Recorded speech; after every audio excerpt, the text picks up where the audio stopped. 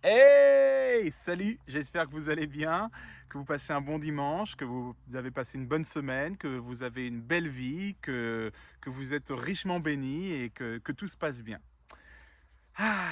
Bon, ben voilà, j'avais à cœur cette semaine de beau temps hein, ici dans le sud. Hein. Vous voyez, je suis de retour dans ma forêt, je suis plus en train de me baigner, j'ai un gros pull, mais on a quand même passé voilà, une belle saison. Et là, j'avais à cœur de retour au bercail, de retour dans ma chambre secrète, de parler de revenir un peu aux bases. Comme je vous avais dit la semaine dernière, je pense que je vous ai donné un petit peu tout ce que j'avais à donner et qui m'avait été transmis euh, sur ce que je connaissais de Dieu, qui était Dieu, est-ce qu'il existe vraiment, comment on peut le prouver, rentrer vraiment dans les Écritures, ensuite rentrer dans le côté plus sensible, rentrer dans la guérison, rentrer dans les choses vraiment scripturaires, se concentrer sur la Bible, vraiment manger, retourner à la chambre secrète, et maintenant aller un peu au combat.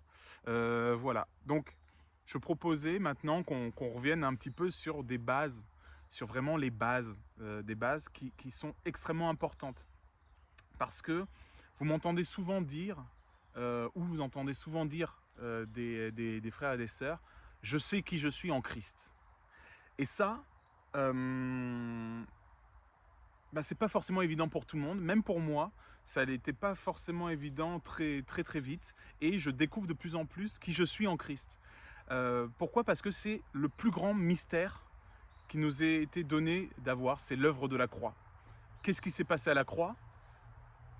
Qui est Christ? Comment Christ a réussi à faire les choses? Il faut savoir quelque chose avec Dieu, c'est que Dieu a créé les lois, mais il n'en déroge pas. Le premier à respecter les lois de Dieu, c'est Dieu lui-même. Il a fait en sorte de créer des lois physiques et des lois spirituelles pour que ça puisse être utilisé. On avait vu aussi la dernière fois que les lois physiques qu'il avait inventées, par exemple, je ne sais pas moi, le, le, le, le la loi de pouvoir marcher sur l'eau, en fait, ce sont des lois vraiment physiques que Dieu a utilisées. Mais il a utilisé des lois qu'on ne maîtrise pas forcément, mais qui sont des lois existantes, préexistantes, qu'on a à peine découvertes, et qui fait que, comme lui, il le maîtrise parfaitement, Jésus, par exemple, et Pierre ont pu marcher sur l'eau. Et ce n'est pas, comment dire, ce n'est pas un espèce de bug du système où Dieu a fait en sorte de prendre sa loi, de la distordre complètement et d'inventer quelque chose ex nihilo. Non, non, non. Il peut le faire, mais il ne le fait pas. Il fait en sorte d'avoir tout établi depuis le commencement du monde pour que toute chose puisse être accomplie de façon légale. Donc Dieu est vraiment dans la légalité sur tous les points.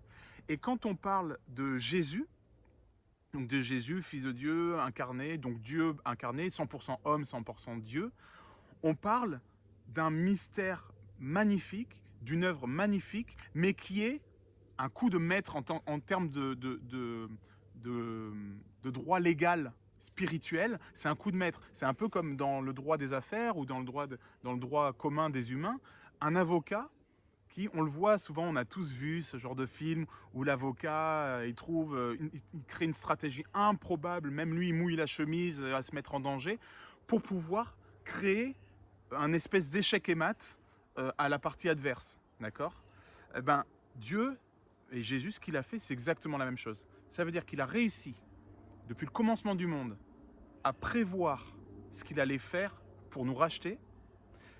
Il nous l'a dit, donc il a donné au prophète l'information, et il a fait en sorte que l'information soit suffisamment complète pour que les prophètes comprennent qu'il va y avoir un Messie, qu'on va être racheté, etc.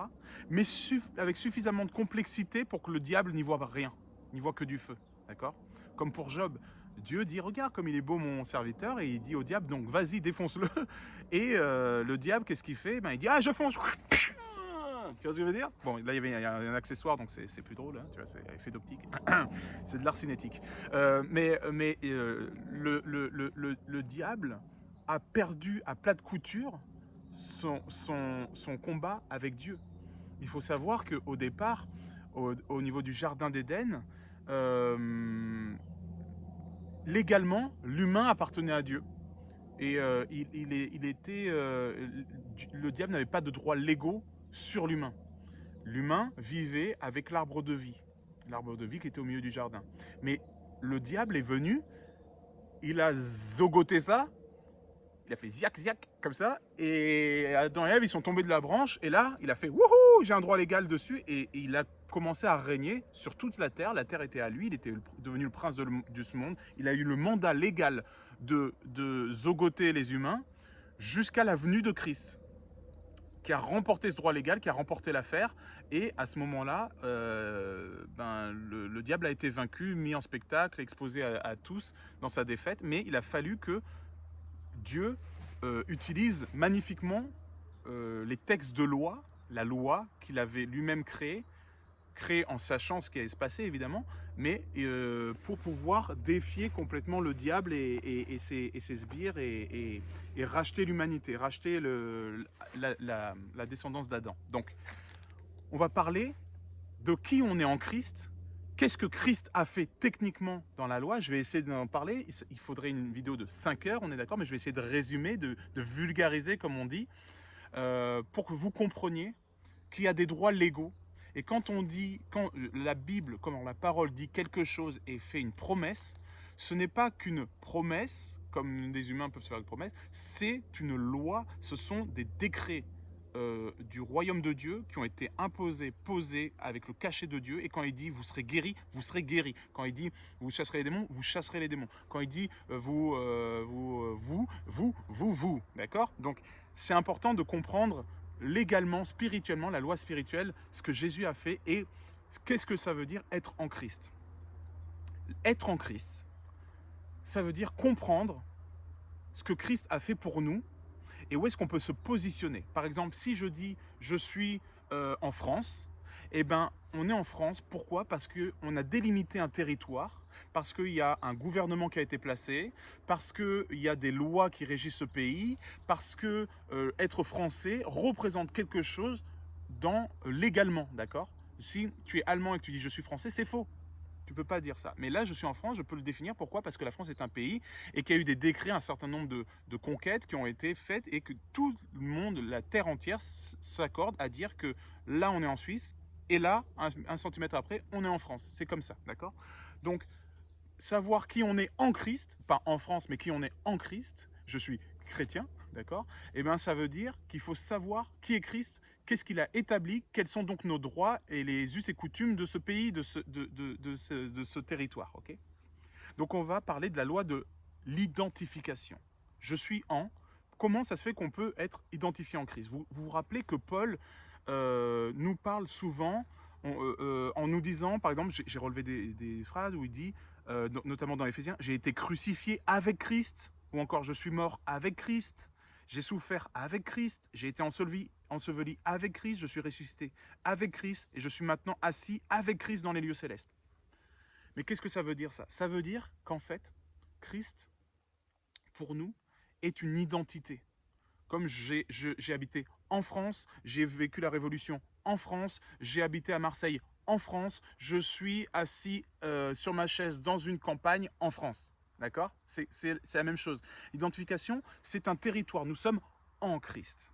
D'accord? Christ, lui, il a créé une identification qui fait que quiconque croit en lui peut être en Christ et savoir qu'il est en Christ. Et quand on est en Christ, on a des droits, voilà, quand on est au Luxembourg, on a des droits, on jouit d'une fiscalité plus sympathique, par exemple. Et bien, au Delaware, c'est pareil. En France, bon, c'est un peu plus... t'as compris, hein? Bon, et bien, avec Christ, c'est exactement pareil. Si tu es dans le monde, si tu es en monde, et ben, tu as des lois. Si tu es en Christ, tu en as d'autres. Et Christ, pour comprendre l'identification, il y a deux choses. Il y a la voie légale, dont je vous parlais, quand Dieu a créé des voies légales, et il y a l'aspect vital dans l'identification. On va voir ça tout de suite. Donc, tout ce qui est légal, ça veut dire que Christ a payé, a œuvré, a fait des choses au tribunal pour qu'on soit justifié. On est maintenant justifié par Christ. Il a fait des choses légalement au tribunal.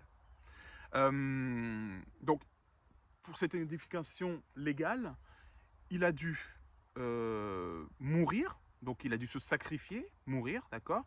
Il nous a rachetés en ressuscitant et en montant à la droite de Dieu. grâce à l'ascension. C'est ce qu'on appelle donc l'aspect légal de la rédemption.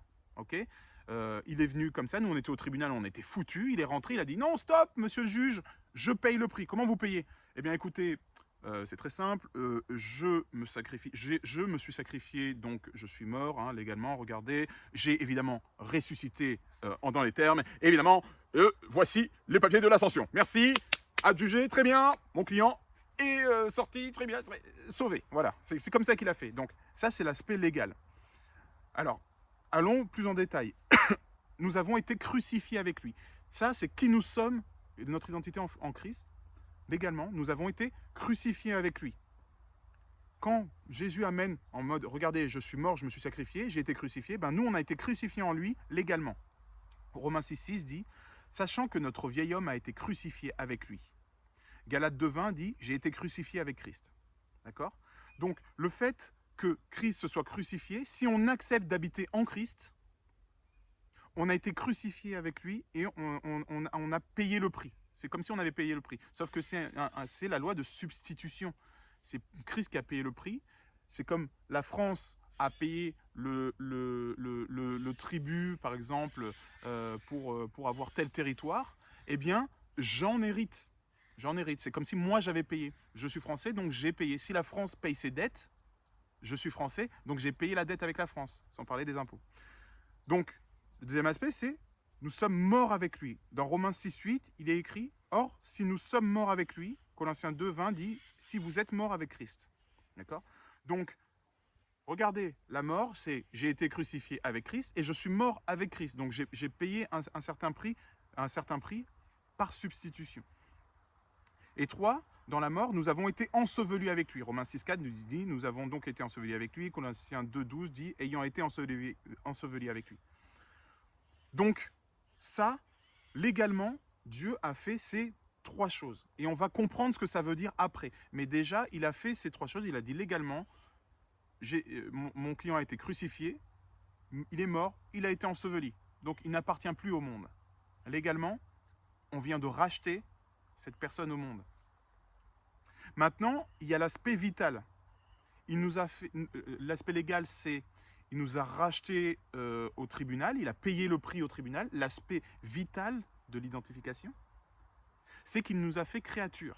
C'est 2 choses qui sont importantes à comprendre pour l'identification. 1, il a payé le prix, donc on est légalement à lui. Et 2, il nous a fait de nouvelles créatures. Donc on est techniquement autre chose, d'accord? On a un cœur nouveau, etc. On le voit quand il dit, dans Colossiens 2,13, il dit « Vous avez été rendus vivants avec lui ». Éphésiens 2,5 dit « Il nous a rendus vivants avec Christ ». Donc vous voyez, il y a cet aspect d'être rendu vivant. Ça veut dire quoi? C'est que Christ, en dehors du tribunal, il est venu, il a dit « Ok, je t'ai racheté mon bonhomme, bah maintenant, ça implique que tu vas renaître parce que techniquement, là, au tribunal, j'ai annoncé que tu étais mort. Donc, il va falloir être une nouvelle personne. Et cette nouvelle personne-là, elle va être vivante. Ah bon, vivante? Eh oui, parce que quand tu étais dans le monde, tu étais jugé par le monde et tu étais mort spirituellement. Tu étais mort spirituellement. Tu étais vivant dans le monde, tu étais un homme animal, mais maintenant tu es un homme humain vivant, spirituellement. Donc, comme moi, je suis mort, moi Jésus, je suis mort, enseveli, ressuscité, j'ai été rendu vivant, je suis passé par ces étapes, j'ai été rendu vivant. Donc par substitution, quand tu es en Christ, tu es vivant, ressuscité, dans les eaux du baptême, etc. Donc deuxième aspect vital de l'identification, nous sommes ressuscités avec lui. Colossiens 2,12 dit, vous êtes aussi ressuscités avec lui. Et Colossiens 3,1 dit, si donc vous avez été ressuscités avec Christ. Donc, vous voyez, Paul nous dit bien qu'on a été ressuscité, qu'on est vivant avec lui, en lui, par substitution, grâce à lui. Lui a fait ça, donc nous, on est vivant en lui. Et il dit, le troisième aspect, nous sommes assis avec lui. Hein, il dit, il nous a ressuscités ensemble et nous a fait asseoir ensemble dans les lieux célestes en Jésus-Christ. Ça, c'est Éphésiens 2,6. Je répète, il nous a ressuscités ensemble et nous a fait asseoir ensemble dans les lieux célestes en Jésus-Christ. Vous allez me dire, mais moi, je ne suis pas assis à la droite de Dieu. Je ne suis pas assis... Mais si Jésus l'est, comme vous êtes né en lui, mort en lui, ressuscité en lui, tout ça, et que lui, si lui, il est assis à la droite de Dieu, vous êtes assis en droite de Dieu. Si la France est en guerre, vous êtes en guerre. D'accord? Donc ça, c'est l'identification en Christ. Quand vous avez compris ça, vous avez déjà compris plein de choses. Et c'est important. Vous allez me dire, ouais, mais c'est simple, on le sait déjà, c'est rébarbatif. Mais en fait, quand on parle de foi, ce n'est qu'un renouvellement de pensée, c'est comprendre vraiment la quintessence des choses. Jésus, il est l'arbre de vie. Jésus nous parle souvent, au travers par exemple de Paul, de greffe. Jésus, c'est un peu un jardinier, d'accord? Regardez, dans Romains 11, 16 à 18, il est dit « Si la racine est sainte, les branches le sont aussi. Mais si quelques-unes des branches ont été coupées, et si toi, qui étais un olivier sauvage, tu as été greffé parmi les branches restantes, et tu es devenu participant de la racine et de la sève de l'olivier. » Donc, j'arrête ça pour le moment. Qu'est-ce que nous dit Paul dans Romains? Il nous dit que l'arbre de vie, Jésus, il est là, il est au milieu, dans le royaume de Dieu, d'accord? Nous étions un vieil olivier sauvage. On était perdus dans la nature, comme ça, une vieille broussaille, ok? Qu'est-ce qu'a fait Jésus à notre demande? Il a coupé une branche de cet olivier, clac! Et il est venu, il a coupé une branche de l'arbre de vie de Jésus, clac! Et il a mis la branche, il a fait une greffe, d'accord? Il a scotché tout ça, là, et il fait en sorte que ça pousse. Vous voyez, si vous avez déjà fait du jardinage, vous voyez comment ça fonctionne une greffe. Qu'est-ce qui se passe? Vous, sur votre ancien arbre, vous aviez une sève qui n'était pas bonne, parce que l'arbre était sauvage, l'arbre était souffroteux, l'arbre était plein de maladies. Mais l'arbre qui est vivant, lui, il a des racines très longues, qui va puiser dans des sources intarissables, d'accord? D'ailleurs, c'est un arbre qui est éternel. Donc cet arbre, il a de la sève divine. Il a du sang divin, d'accord? Jésus a du sang divin. Donc quand Christ saigne, c'est-à-dire qu'on l'a coupé, ça veut dire qu'il est mort, qu'il a été crucifié, qu'il a souffert, on a fait couler son sang divin. Jésus, lui, qui a du sang divin, d'accord, il ne pouvait pas être malade, Jésus, parce qu'il avait du sang divin. C'est pour ça qu'on est guéri grâce à ces meurtrissures, parce qu'il a fait couler de son sang divin, d'accord? Jésus ne connaissait pas la maladie, par exemple. Donc, nous connaissons la maladie, nous connaissions la maladie, entre guillemets, mais nous la connaissons toujours, c'est... Voilà. Jésus, en saignant, a fait couler de sa sève, de son sang divin. Nous, en saignant, donc en souffrant, en mourant à ce monde, d'accord, on est greffé à lui. Qu'est-ce qui se passe? Notre sève est mélangée à la sienne, mais sa sève, surtout, est mélangée à la nôtre. Donc lui a été fait péché, il a été fait malédiction, parce qu'il a pris aussi de notre sang, d'accord, il a accepté de prendre un peu de notre sang, de notre vieille branche, mais il nous a donné surtout beaucoup de son sang divin, qui est venu laver notre malédiction, laver nos péchés. Et par ce fait-là, quand on est greffé à un arbre comme ça, regardez, là je mets une petite branche, regarde, cette petite branche-là, paf, elle est greffée à cet arbre-là, ok? Cet arbre-là est beaucoup plus massif, il peut alimenter cette branche-là. Mais cette branche-là, à partir du moment où elle est greffée, ne connaît plus ni la maladie, ni le péché engendre la mort, et ce ne sont pas des fruits de mort que donnera cette branche. Même si avant c'était des fruits de mort, même si elle était stérile, maintenant elle est greffée à un arbre qui donne de bons fruits. Elle est greffée à un arbre qui a un bon sang, d'accord? Donc vous en Christ, qu'est-ce qui se passe? Oh, tire-toi, c'est bon, c'est fini l'exemple. Hein? Donc Christ, qu'est-ce qu'il a fait?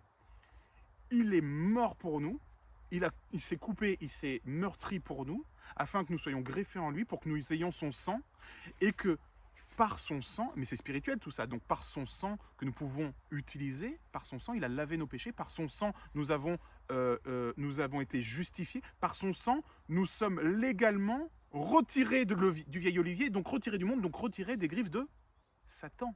Et oui, Satan avait un droit légal sur Adam et Ève parce qu'ils avaient mangé de l'arbre de la connaissance du bien et du mal. Ils avaient mangé du mauvais arbre. Donc, c'est comme si l'olivier que nous étions, qui était super beau, tout ça, avait chopé un parasite. Il a mangé du mauvais parasite, d'accord? Donc, cet arbre-là a commencé à pourrir, à vieillir, et il mourait prématurément. Donc, il donnait des fruits de mort. Quiconque en mangeait mourait lui-même. On sait que l'homme est un loup pour l'homme. Mais Jésus est venu nous a rachetés et a coupé, coupé les racines, et ces racines-là appartenaient au monde de Satan. Au monde, tout simplement. Le monde appartient, on le sait, appartenait légalement à Satan. Et ceux qui restent dans le monde sont toujours abreuvés, leur racine va puiser dans quoi? Dans les racines du bien et du mal, du péché, dans les racines de la mort, de Satan. Mais nous, il nous a coupé à ça, donc on n'a plus accès aux racines qui puisaient dans la mort. On a été greffé à l'arbre de vie. Alors, Adam, lui, est mort 2 fois. Il est mort une fois spirituellement, et il est mort une autre fois physiquement, à peu près 1000 ans après, d'accord? C'est pour ça que les gens vivaient à peu près 1000 ans pendant un temps. Ouh, une grosse araignée. Ouais, vous l'avez pas vu. Jésus a dû mourir 2 fois aussi. Il est mort une fois spirituellement. Mon Dieu, pourquoi m'as-tu abandonné? Ça, ce n'est pas qu'il a cru que Dieu l'avait abandonné, mais c'est une phrase prophétique qui rappelle une prophétie parce qu'il a accompli les Écritures. Donc, en disant mon Dieu, pourquoi m'as-tu abandonné? Il renvoie à un texte des Écritures qui sont des psaumes de David, et aussi, c'est un cri c'est comme s'il prenait un petit peu de nous et qu'il se substituait. Mais à ce moment-là, c'est la chair, il n'y a plus que Jésus qui est là. Donc, en mourant spirituellement, il fait ressortir que Jésus, 100% homme, de Jésus 100% Dieu, meurt à ce moment-là. D'accord? Il meurt sur la croix spirituellement. Donc, première mort. Et deuxième mort, c'est quand il crie et qu'il dit « Dieu, je remets mon esprit entre tes mains », là, à ce moment-là, il meurt physiquement. Et il dit au Père, je te donne la passation, pendant que moi je vais pendant 3 jours et 3 nuits dans le séjour des morts, c'est toi, Dieu, qui gère. Dieu s'occupe à ce moment-là de déchirer le voile dans le temple. Déchirer le voile, ça veut dire que le voile, c'était la séparation entre Dieu et les hommes. Le lieu très saint était derrière le voile et les hommes étaient devant le voile. Dieu a déchiré ça et par la mort de Jésus physique, donc la deuxième mort, le voile s'est déchiré et on a eu accès, grâce à son sacrifice, à Dieu. Donc, je relis Romains 11,16, l'histoire de la greffe. Il dit « Si la racine est sainte, les branches le sont aussi. Mais si quelques-unes des branches ont été coupées, et si toi, qui étais un olivier sauvage, tu as été greffé parmi les branches restantes, et tu es devenu participant de la racine et de la sève de l'olivier, on hérite de la sève de l'arbre de vie, ne te vante pas aux dépens de ces branches. Si tu te vantes, sache que ce n'est pas toi qui portes la racine, mais c'est la racine qui te porte. » Donc, quand on est en Christ, on ne peut plus se glorifier du monde. Non, non. On était pécheurs, on était dans une racine de mort, on ne donnait aucun fruit, nous étions stériles, nous étions voués à une vie éternelle, à mourir prématurément, spirituellement, et physiquement d'ailleurs. Et là, nous vivons, même si nous allons passer par la mort physique pour certains d'entre nous, mais nous avons été rendus vivants, nous pouvons porter du fruit et nous avons un sang divin qui coule en nous. Le sang de Jésus coule en vous. Amen. Vous y croyez? Ouais. Ok. Donc, Adam, en croquant, et Ève, en croquant de la pomme, nous a fait héritiers du péché. Mais avec Christ, nous sommes héritiers de la vie éternelle. Et ça, c'est un droit légal qui nous est donné. Légalement, nous étions héritiers de Adam et Ève, donc nous étions héritiers du péché, et le péché, le fruit du péché, c'est la mort, tout ça. Mais maintenant que nous sommes héritiers de Jésus-Christ, nous avons la vie éternelle. Et le fruit de la vie éternelle, déjà, c'est la santé. Et pas que. Mais déjà, c'est la santé, d'accord? Ça ne veut pas dire qu'on ne peut pas tomber malade, mais il y a des aspects que si vous vous rendez compte de qui vous êtes en Christ, vous allez vous comporter comme une branche différente. Donc, parlons de l'aspect légal. Revenons dans l'aspect légal. On parlait tout à l'heure de la loi de la substitution. Donc, je me suis substitué à quelqu'un, ça veut dire que j'ai pris la place de quelqu'un. Ok? Donc, la loi de la substitution, techniquement, vous la connaissez très bien dans l'Ancien Testament. On tuait une bête parce que quand on avait péché, en faisant couler le sang de la bête, de l'agneau sans tache, etc., ce qui était une préfiguration de l'œuvre de Christ, donc en tuant la bête, Dieu avait fait en sorte que dans la loi spirituelle, si on on faisait porter aussi, on faisait couler le sang d'un animal innocent à notre place, notre péché était effacé aux yeux de Dieu, d'accord?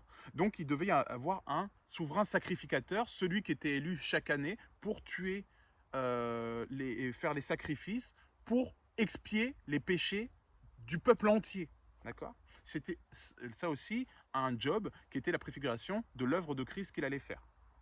Donc ça, c'était sous la loi de Moïse, la loi de substitution, ok? On voit dans Ésaïe 53, 4 à 6, nous voyons, on voit cette loi en action qui dit « Cependant, ce sont nos souffrances qu'il a portées. C'est de nos douleurs qu'il s'est chargé. » Donc c'est Ésaïe, hein, ça c'est dans l'Ancien Testament, il parle de Jésus, je recommence. « Cependant, ce sont nos souffrances qu'il a portées. C'est de nos douleurs qu'il s'est chargé. Et nous l'avons considéré comme puni, frappé de Dieu et humilié. Mais il était blessé pour nos péchés, brisé pour nos iniquités. Le châtiment qui nous donne la paix est tombé sur lui, et c'est par ses meurtrissures que nous sommes guéris.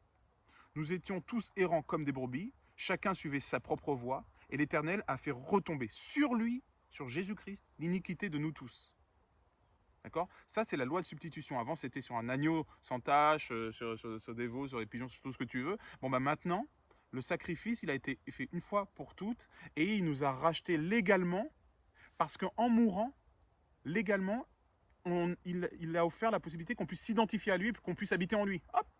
Et Satan, il a fait « Oh, je n'avais pas vu celle-là. » Donc, donc, ce qui se passe, c'est que à la croix, il va y avoir un transfert spirituel de tout ce que nous avions comme malédiction en tant qu'être humain en Jésus-Christ. Un transfert de sève dans l'arbre de vie.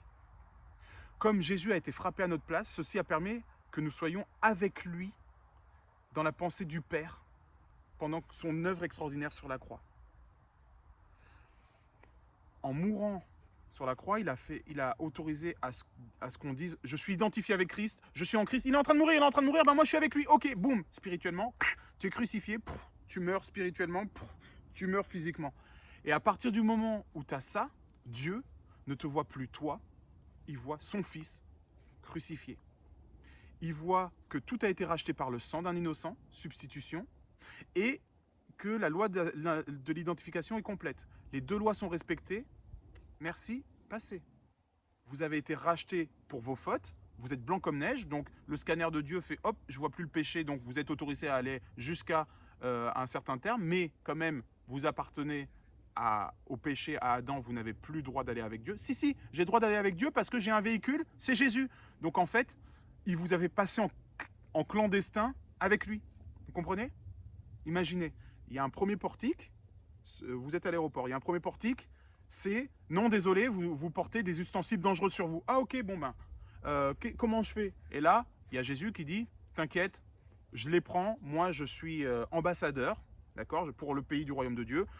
Tes trucs dangereux, je les mets dans mes bagages passent parce qu'en tant qu'ambassadeur, on ne contrôle pas les bagages. Ok, il n'y a pas de souci. Allez, hein, on se revoit au royaume de Dieu. Ok, super. Toi, tu es là. Oh, Jésus, quand même incroyable. Tu continues à marcher et tu arrives, ping, deuxième portique. Et là, on dit, mais attendez, j'ai le droit, j'ai rien sur moi de dangereux. Ah non, désolé. Ici, ce n'est que pour les VIP. Et là, vous faites, comment je fais tout ça? Non. Et là, il y a Jésus qui dit, t'inquiète, j'ai une deuxième valise, tu vas rentrer dedans, tu passes avec moi. D'accord? Ou alors même pas. Il va dire, bon, tu te mets un petit maquillage, tu te fais un peu les tresses, tu les mets comme ça, une petite jupe. Bonjour. Et là, Jésus dit, elle est avec moi. Merci, merci. Gentil, c'est gentil. Voilà. Et il vous fait passer de l'autre côté. D'accord? Comme il fait passer les videurs de boîte. C'est ça que Jésus a fait. C'est incroyable. Sauf que là, je vous ai parlé, je vous ai fait un exemple pour vous compreniez l'aspect que ça s'est passé dans le spirituel, tout ça. Ok? Donc Jésus est passé à notre place, Jésus a payé le prix des bagages à notre place, il a payé le billet de voyage d'avion à notre place, et nous pouvons y arriver parce que nous sommes en lui, dans ses bagages ou à son bras, accrochés à lui. C'est lui qui nous fait passer, mais sans lui, c'est cuit, d'accord? Et Jésus a été frappé à notre place, et légalement, ça crée deux choses. La première, c'est que légalement, il y a union avec notre malédiction. Donc il s'est uni à notre péché à la maladie et à la pauvreté. Péché, maladie, pauvreté. Ça, c'est la malédiction de l'homme. Pourquoi? Parce que Adam et Ève, quand ils ont été rejetés, ils ont dit, vous êtes sous le péché, donc vous allez devoir faire des sacrifices pour racheter vos fautes, d'accord? Vous allez mourir, mais de vieillesse, donc de maladie, donc votre corps va périr, tout ça, et vous allez connaître la maladie, quand tu vas accoucher, ça va te faire mal, etc., etc. Et vous allez suer haut et court pour pouvoir avoir du pain. Ça veut dire la pauvreté, ça veut dire que si c'est l'hiver, c'est chaud, vous mangez pas. Donc il va falloir peut-être mendier, il va falloir peut-être, voilà, vous savez, manger un peu les cailloux, sucer les cailloux. Pourquoi? Parce que ça, c'est ce qu'on appelle la pauvreté. Donc la malédiction, Jésus, en étant frappé à notre place, a pris sur lui la malédiction. Donc on est unis à lui par la malédiction. Et légalement, on est unis avec lui par sa résurrection et son élévation. Parce que s'il a pris l'avion, on prend l'avion avec lui. Ok? Donc, Christ, donc c'est un transfert. Nous, on lui donne toutes les poubelles et lui, il nous donne toutes les bonnes choses. On est d'accord, c'est complètement inégal. Ce qui fait que c'est l'œuvre et non les œuvres qui sauvent. C'est un cadeau de fou. Donc, Christ a été fait malédiction pour nous à la croix, comme le serpent d'airain a été fait malédiction à la place pour guérir, d'accord? Vous vous rappelez, les Hébreux sont dans le désert avec Moïse et Aaron, ils sont en train d'aller au pays promis qui est le pays de Canaan, et là, ils râlent contre Dieu, et qu'est-ce qui se passe? Dieu enlève sa protection. Les Hébreux ne savaient même pas que Dieu était en train de tout gérer, mais Dieu dit, ah, vous râlez, j'enlève juste ma protection, juste ça. Et là, tous les serpents du désert, parce qu'il y en a pas mal, venimeux et mortels, venaient et tiac, ziac, ziac, ziac. Ils venaient zogoter les gens. Voilà. J'aime bien ces deux expressions, c'est un copain à moi, un frère à moi qui dit tout le temps ça, et du coup, je dis, voilà. Yannick, si tu m'entends. Donc, ils se font zogoter par les serpents, ils meurent, ils disent, Moïse, fais quelque chose. Et là, Moïse, il dit, bon, je vais demander au Seigneur. Le Seigneur lui dit, ok, tu prends un serpent, tu sculptes un serpent, comme ça, tu le mets au bout d'un bâton, et tu l'élèves. D'accord? C'était la préfiguration de l'œuvre parfaite de Christ sur la croix, évidemment. Mais il lève quoi? Un serpent, il n'a pas levé une colombe. Ça veut dire que le serpent, qui est l'image de Christ à ce moment-là, quoi, Christ, un serpent? Bah ouais, parce que Christ s'est fait pécher, donc a porté le péché sur lui et est devenu péché. Ça ne veut pas dire que Christ a péché, attention, ça ce sont des fausses doctrines. C'est que Dieu a été fait péché. C'est très différent, d'accord? Donc, et en levant le serpent d'airain, qu'est-ce qui se passait? Tous ceux qui regardaient, juste qui regardaient au serpent, qui regardaient à la croix, qui regardaient à l'œuvre de Christ, fait malédiction pour nous, tout ça, étaient guéris. Donc, c'était bien la phrase. Et donc, on le voit dans Jean 3, 14, il dit, donc c'est Jean 3, 14, et comme Moïse éleva le serpent dans le désert, il faut de même que le Fils de l'homme soit élevé, afin que quiconque croit en lui ait la vie éternelle. Donc, non seulement on est guéri, mais en plus on a la vie éternelle, en regardant à la croix. Donc, on lit dans Ésaïe 53, 4, et nous l'avons considéré comme puni, frappé de Dieu et humilié. 53, 5, le châtiment qui venait de Dieu, qui nous donne la paix, est tombé sur lui. Donc ça nous donne ça nous guérit, ça nous donne la vie éternelle et ça nous donne la paix aussi. Ok, d'accord, je prends. Et après 53,6, il dit, et l'Éternel a fait retomber sur lui l'iniquité de nous tous. Donc lui, il a pris tarif pour nous. Donc, de quelle malédiction parle-t-on quand on parle de que Jésus a racheté la malédiction? Cette malédiction, comme je vous disais, c'est la malédiction de la mort spirituelle. Donc nous étions morts spirituels, donc voués à l'enfer, techniquement, d'accord. Nous étions dans la malédiction de la maladie, donc nous étions voués à mourir prématurément de toutes sortes de maladies. Et nous avions la malédiction de la pauvreté, donc nous étions voués à devenir pauvres, pauvres. Et c'était chacun sa chance, évidemment, ok. Eh bien, en rachetant ça, on verra ça plus tard, mais en rachetant ça, évidemment, ben, on a des droits légaux aussi qui nous ont été donnés. On a un héritage en Christ parce que Jésus a racheté la malédiction. Mais voyons l'aspect vital maintenant. Nous avons été donc rendus vivants avec lui. Donc Colossiens 2, 13 dit il vous a rendus vivants avec lui. Ok. Jésus, vous vous rappelez, est resté 3 jours et 3 nuits dans le séjour des morts, puis il est revenu, il a été rendu, ce qu'on dit, vivant quant à l'esprit. En fait, ce que Jésus a fait dans le séjour des morts, c'est qu'il allait dans le sein d'Abraham, il n'est pas allé en enfer, il allait dans le sein d'Abraham, et il est allé dire à tous ceux qui étaient... En fait, il est allé en enfer aussi, mais c'est pas pareil. Bon, il allait en enfer, commençons par l'enfer, allez. Il est allé à l'enfer, il est allé voir tous ceux qui y sont, et a dit, vous voyez, on vous a dit qu'il fallait monter dans l'arche avec Noé, parce qu'il y allait avoir quelque chose, vous n'avez pas cru, vous avez continué vos dingueries, vous n'avez pas eu peur de la crainte de Dieu, eh bien vous êtes là, mais je suis venu vous annoncer que ce qui avait été prédit est arrivé, le Messie est arrivé, et voilà ce qui se passe, voilà l'œuvre de Christ, mais pour vous c'est mort. Bon, et il est allé voir aussi les gens dans le sein d'Abraham, parce qu'avant d'ouvrir le paradis, avant d'ouvrir le troisième ciel, ça n'est que aux chrétiens, les gens étaient dans ce qu'on appelle le sein d'Abraham. Le sein d'Abraham, c'était un lieu qui était un lieu d'attente, mais qui n'était pas, qui était un lieu de repos. On le voit dans la parabole du pauvre et du riche, du pauvre Lazare et du riche. On le voit que dans le sein d'Abraham, c'était le moment de repos, c'était pas le paradis tel qu'on l'entend, avec des rivières, des montagnes, tout ce qu'on imagine, avec la Jérusalem céleste, mais c'était un lieu d'attente, de repos, où ceux qui avaient vécu sur terre pouvaient être là en attente. Mais ils attendaient quoi? Ils attendaient leur récompense, que le Messie arrive, tout ça, de leur vivant, donc dans le royaume comme ça, ils étaient toujours dans cette attente-là, et Jésus est allé les voir et a dit, voilà, celui que vous attendiez est arrivé, c'est moi, voilà ce que j'ai fait, celui qui croit en moi, tout ça là. Pendant 3 jours, il leur a expliqué la doctrine, et il a vidé le sein d'Abraham, il a pris tous les saints de l'Ancien Testament, il les a montés avec lui au troisième ciel. Okay. Donc, on voit dans Éphésiens 4, 8 à 10. C'est pourquoi il est dit, étant monté dans les hauteurs, il a amené des captifs et il a fait des dons aux hommes. Or, que signifie il est monté, sinon qu'il est aussi descendu dans les régions inférieures de la terre? Celui qui est descendu, c'est le même qui est monté au-dessus de tous les cieux afin de remplir toutes choses. Donc là, évidemment, on parle de l'œuvre de Jésus pendant ces temps-là.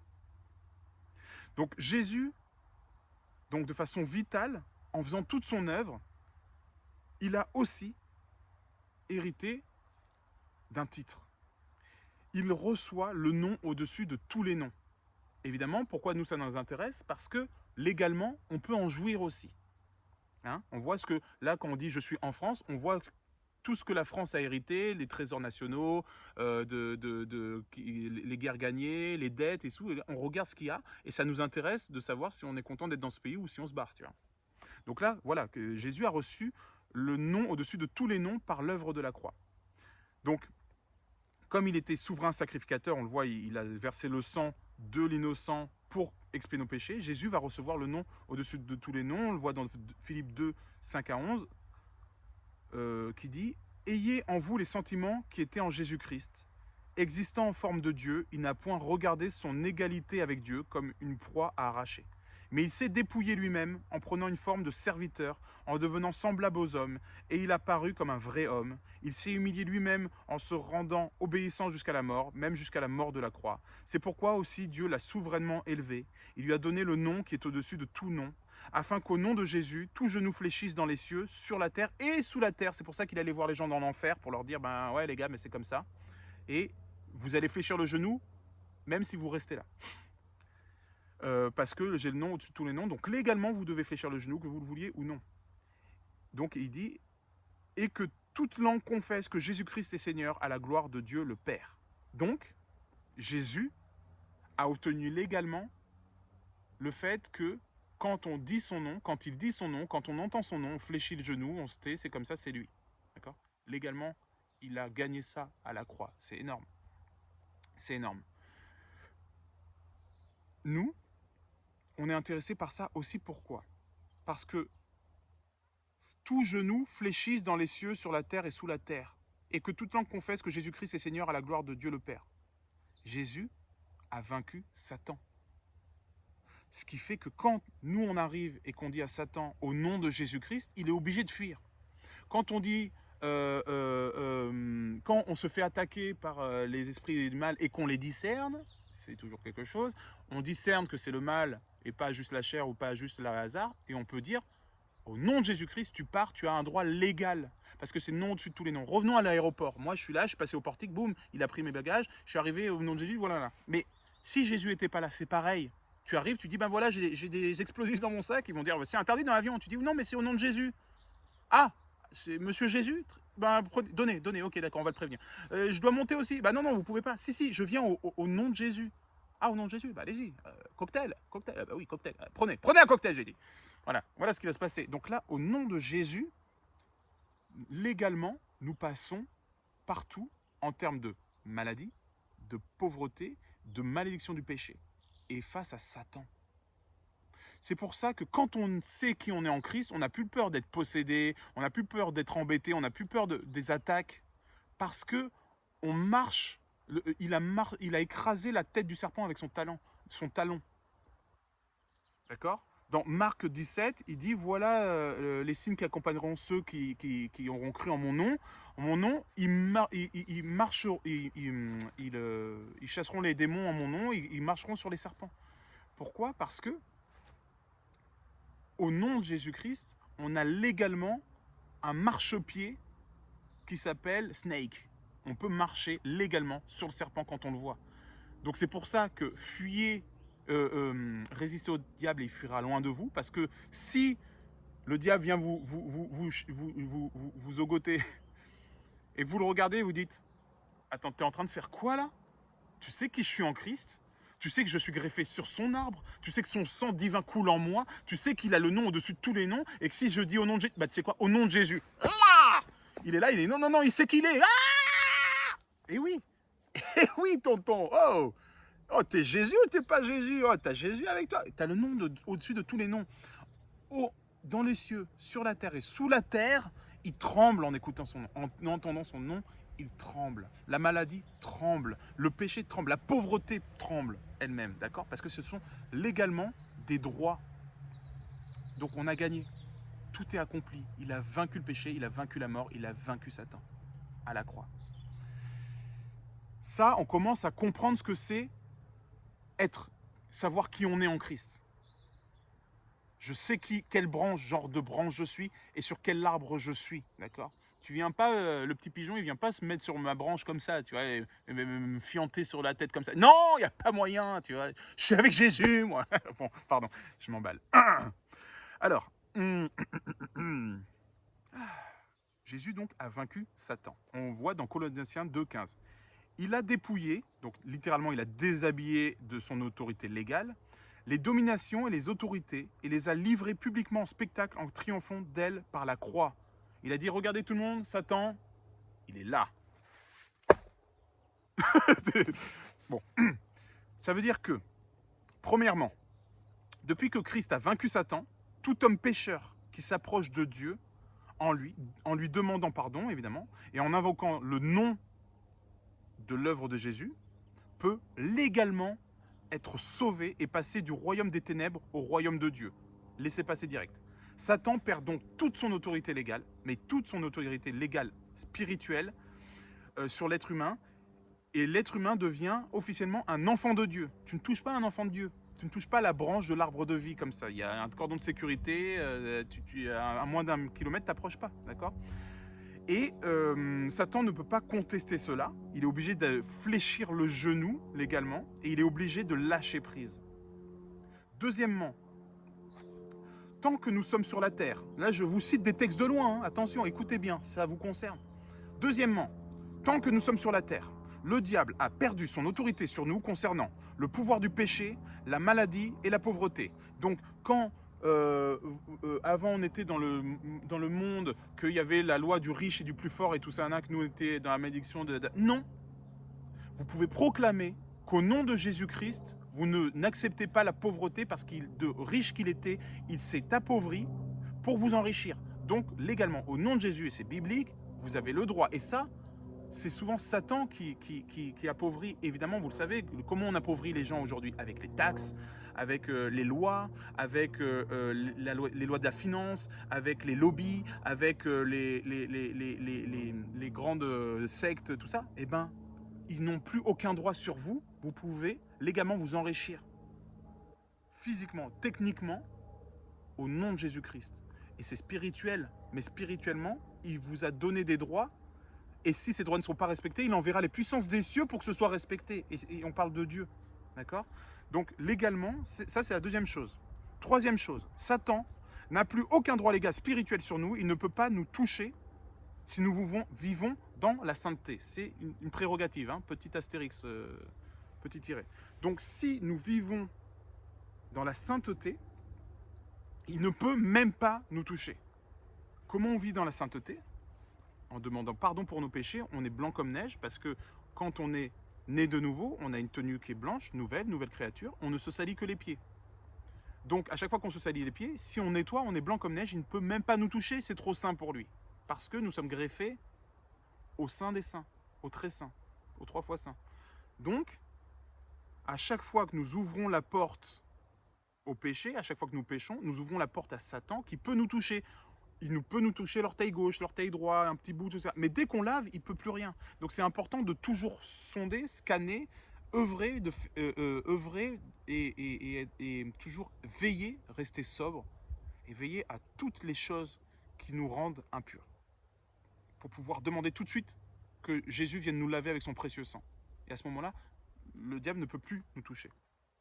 Quatrièmement, nous avons le droit légal d'utiliser le nom qui est au-dessus de tous les noms pour nous défendre contre toute attaque diabolique qui pourrait entraver notre marche avec Jésus ou notre ministère, si on a un ministère, ou notre vie professionnelle, ou notre vie de foyer, ou notre vie de sportive, ou de toute attaque diabolique.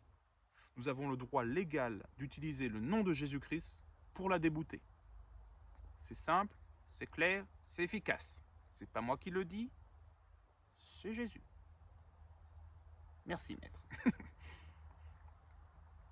Donc, comprenons bien notre autorité aujourd'hui face au diable. On lit dans Jean 14, 14. Si vous demandez, littéralement, le mot c'est si vous proclamez quelque chose en mon nom, je le ferai. Marc 16, 17 dit, voici les miracles qui accompagneront ceux qui auront cru en mon nom. Ils chasseront les démons, ils parleront de nouvelles langues. C'est ce que je vous disais tout à l'heure. Ok? Nouvelle langue. Blablabla. Donc, nous avons hérité, grâce à Jésus, d'une autorité dans les domaines suivants de notre vie. Petit 1-3, A, alinéa 2. Non, pardon. Alors, nous avons autorité sur la maladie. Nous pouvons lui ordonner de quitter notre corps et elle n'a aucun droit légal de rester. On le voit dans 1 Pierre 2, 24. Là, il y a un commentaire sur la dernière vidéo d'un frère, que je salue au passage, un évangéliste, qui me dit, mais alors, parce que je disais, vous savez, si on ne vainc pas la guérison, c'est par manque de foi. Et je ne veux insulter personne quand je dis ça, c'est juste la biblique. Il dit à ses apôtres, quand ils essayent de guérir, homme de peu de foi. Et cet homme-là, donc il m'a laissé un commentaire que je salue encore une fois, et c'était un très bon commentaire que j'ai beaucoup apprécié.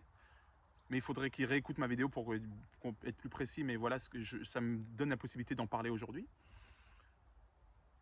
On a tendance à oublier que Dieu, légalement, quand il fait des promesses, la parole de Dieu est impeccable. S'il dit que nous sommes sauvés, que par ces meurtrissures nous sommes guéris, pas nous sommes guéris à condition... Non, nous sommes guéris à condition que nous saisissions par la foi la réalité de cette chose-là.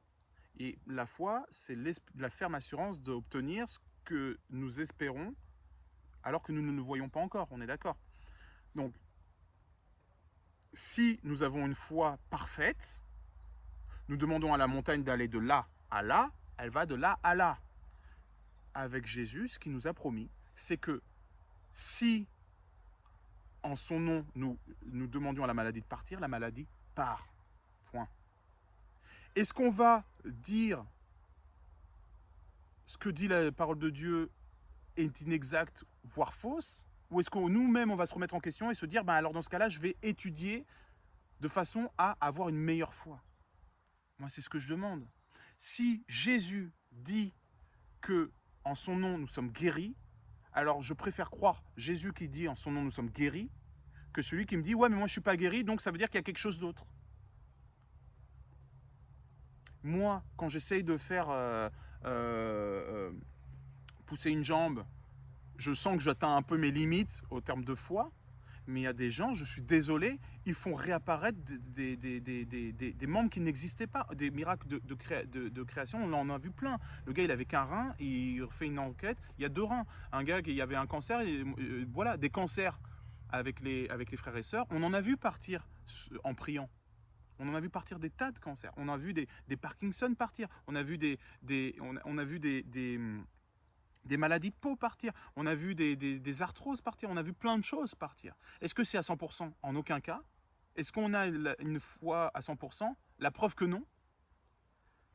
Mais c'est pas parce que nous-mêmes, nous n'arrivons pas à un level de guérison que la personne n'a pas été guérie. Jésus ressuscité. Et il n'y a pas que Jésus qui l'a fait. D'accord? Ses apôtres aussi. Et Jésus nous annonce que les œuvres qu'il a faites, on en ferait de plus grandes encore. Alors, qui on questionne? La Bible ou nous-mêmes? Ça, c'est la question que je pose. Humblement, posez-vous la même question. D'accord? Mais légalement, par la foi, nous pouvons faire respecter certaines lois. Et on doit grandir en foi et ça prend parfois toute une vie. D'accord?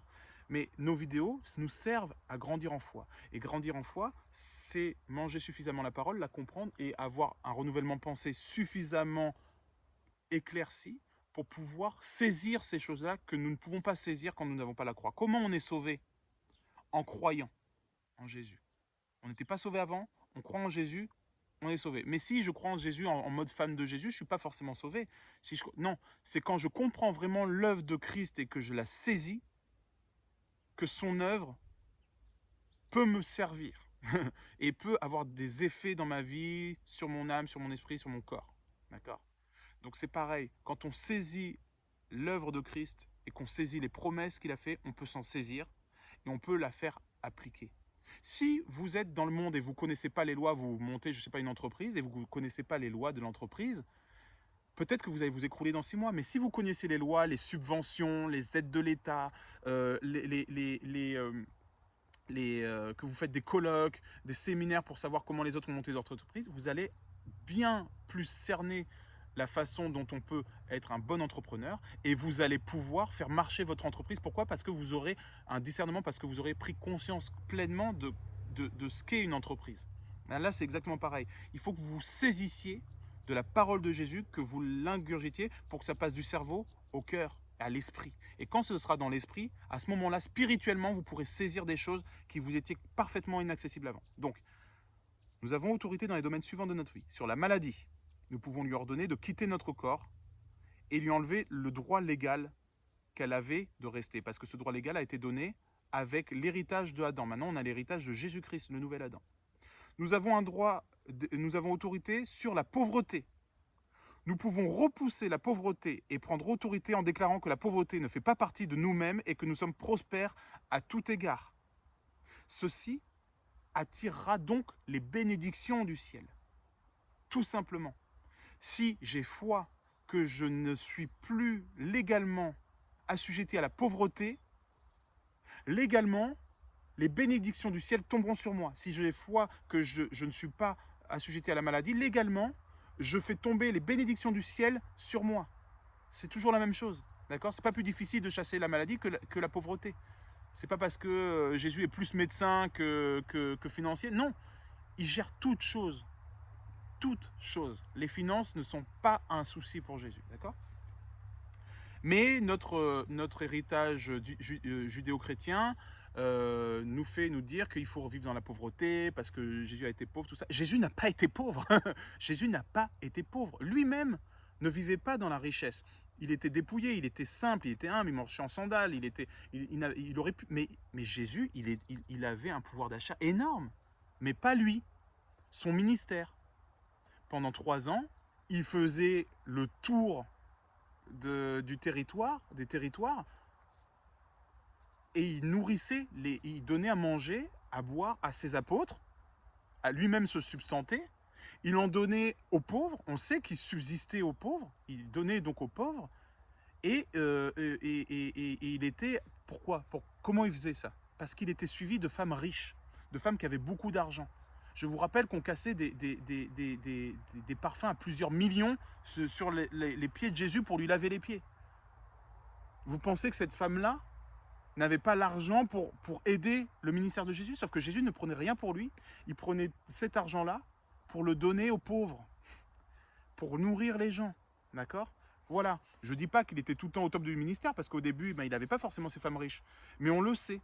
Et Marie-Madeleine, tout ça, étaient des femmes très très riches, qui accompagnaient Jésus et qui sentaient, c'est biblique. Hein. Voilà. Donc, Jésus lui-même s'est dépouillé, de riche qu'il était, donc il était Dieu quand même, il s'est fait pauvre, il est venu sur terre, tout ça, mais il n'exige pas qu'on soit pauvre.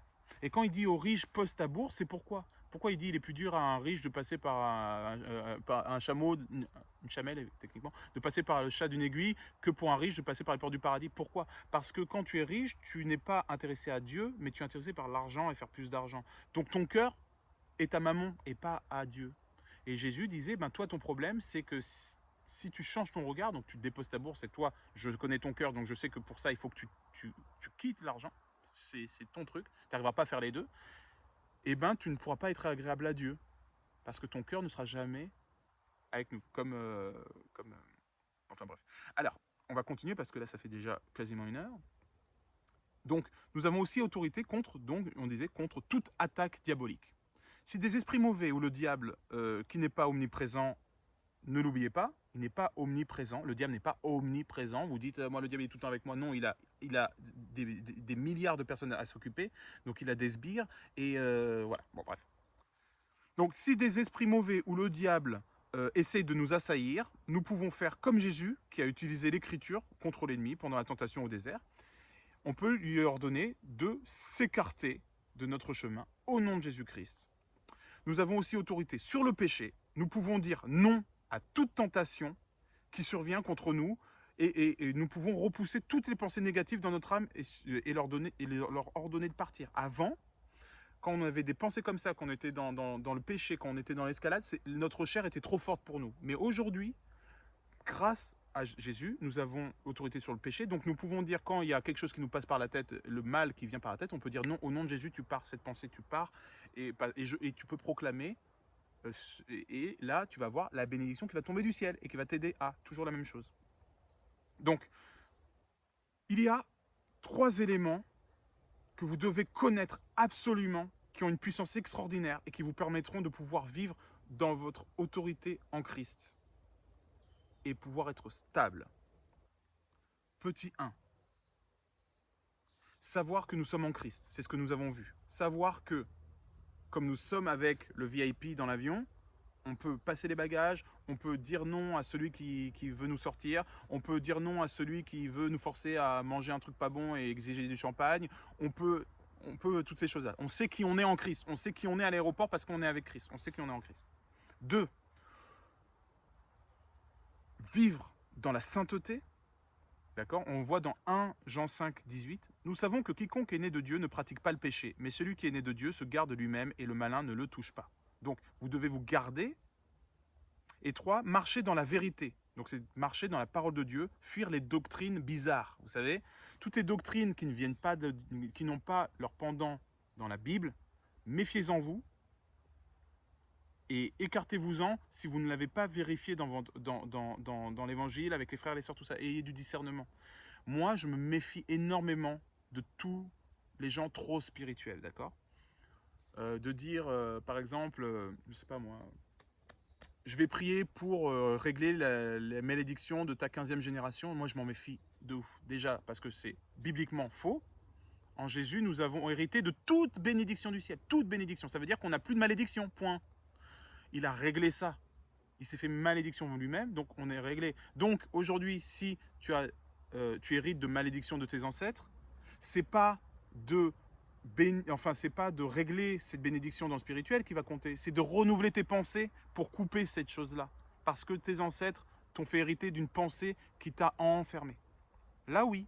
Là, effectivement, le renouvellement de pensée, c'est biblique. Mais aller prier pour que tonton Jackie de 1732, on s'excuse à sa place, non. On peut demander pardon pour les générations à Dieu, tout ça. Oui, on sait que ça a une puissance spirituelle, on sait que voilà, mais ça n'a aucun rapport avec une malédiction qui nous est portée à nous, parce que nous sommes sous la bénédiction. Point. C'est ce que je pense. Donc,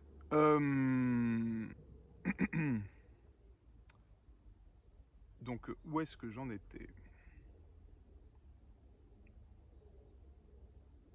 Donc, si vous avez ces trois éléments, je répète, savoir qui vous êtes en Christ, que vous vivez en sainteté et que vous marchez dans la vérité, donc c'est-à-dire dans la Bible et que vous êtes biblique et que vous ne vous autorisez à croire que ce qu'il y a écrit, noir sur blanc, alors dans ce cas-là, vous avez le pouvoir de vivre dans votre autorité en Christ, d'être inébranlable, d'être rendu inébranlable par Dieu.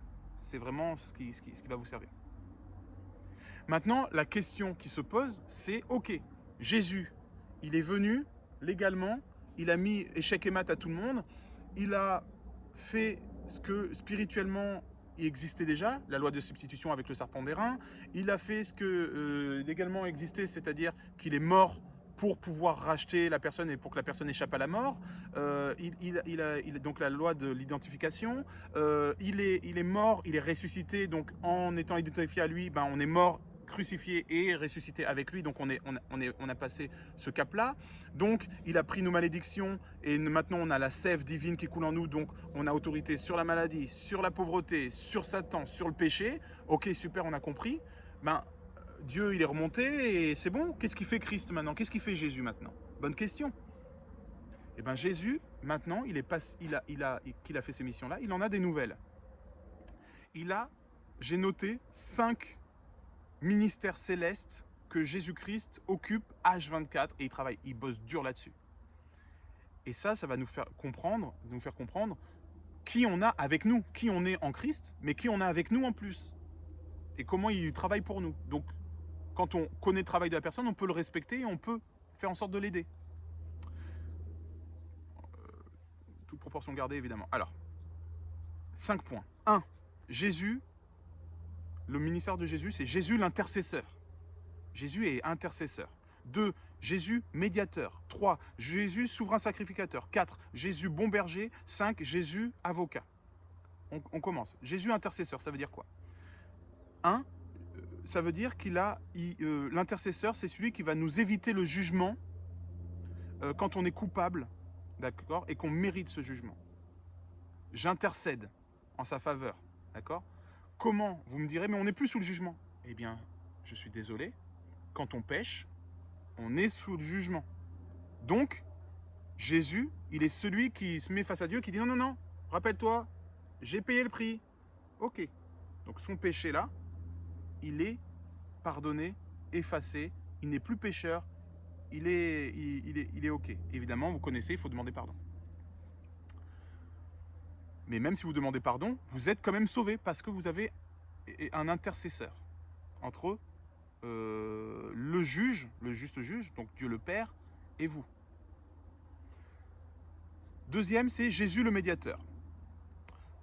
Un médiateur, c'est quelqu'un qui se met entre deux parties, légalement, pour réconcilier les deux parties sur un problème donné. On lit dans 1 Timothée 2,5, car il y a un seul Dieu et aussi un seul médiateur entre Dieu et les hommes, Jésus-Christ homme. Donc, Jésus le médiateur, qu'est-ce qu'il fait? Il vient entre Jésus et le Père, et il vient entre... pardon, qu'est-ce que fait Jésus? Il vient entre le Père et nous, et il vient dire, Père, j'ai une prière de ton Fils.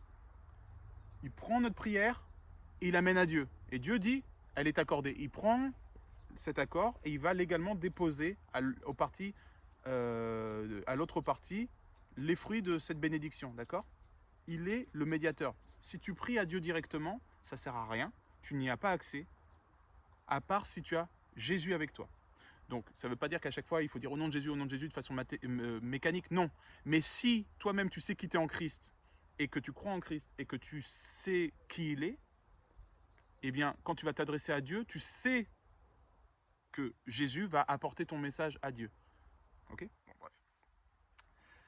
Ensuite, on a vu Jésus le souverain sacrificateur. Bah oui, mais il est déjà souverain sacrificateur. C'est celui qui a saigné les bêtes, donc il n'y a plus besoin de souverain sacrificateur. Bah si, parce qu'il lave nos péchés. À chaque fois qu'on pêche, Jésus asperge notre tête de son sang pour nous excuser. Jésus, à partir du moment où il est mort, il a fait couler des flots de sang pour nous, afin que par ce sang nous soyons lavés. On savait qu'à l'époque, les souverains sacrificateurs aspergeaient de sang tous les ustensiles du tabernacle, et même il aspergeait la tête des gens. Il était là, et, toi t'en as, toi pour toi, ah merci, merci. et on voit dans Hébreux 9, 1 à 14, c'est comme cela que les péchés du peuple étaient couverts dans l'Ancien Testament. On voit... attends, quelle heure il est? Non, on n'a pas le temps. Bon, bref, on le sait, dans Hébreux 9, 1 à 14, vous verrez que ils aspergeaient de sang pour ça. Et Jésus, à chaque fois qu'on pêche, il asperge de sang. Et on dit, si tu pêches contre Dieu, à chaque fois, c'est comme si tu recrucifiais Dieu, c'est comme si tu le blessais encore, tout ça. Mais techniquement, non, c'est pas ça. Ça, c'est une fausse doctrine.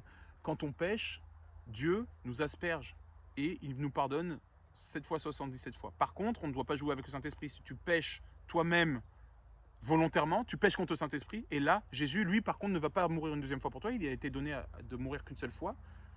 Donc, attention, à ce moment-là, tu peux aussi te couper du salut.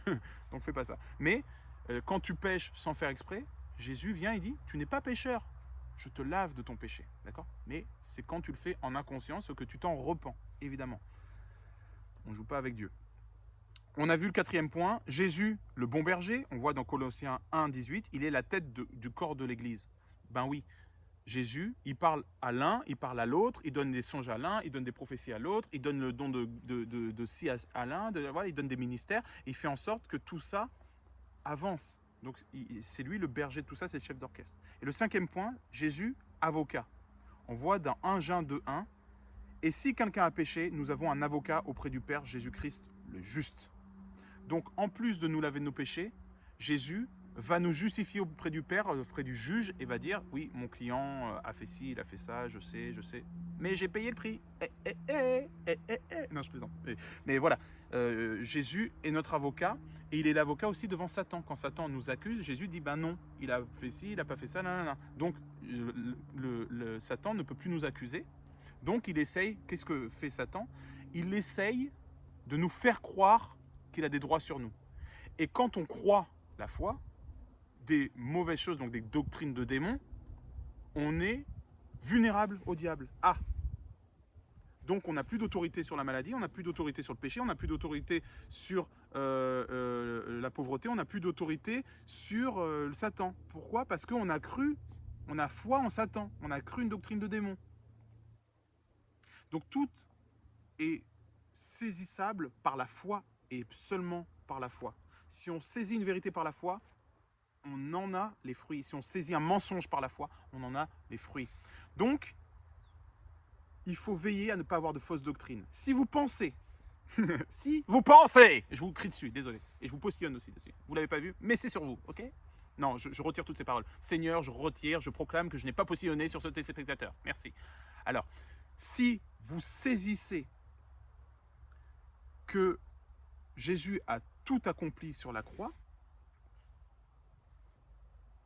vous serez rendu inébranlable et le diable fuira loin de vous. Mais si vous croyez une doctrine de démon, si vous pensez que vous n'êtes pas guéri parce que Dieu ne le veut pas, si vous pensez que vous n'êtes pas guéri parce que Dieu prend son temps, il y a des saisons, attention, on ne dit pas ce que je n'ai pas dit.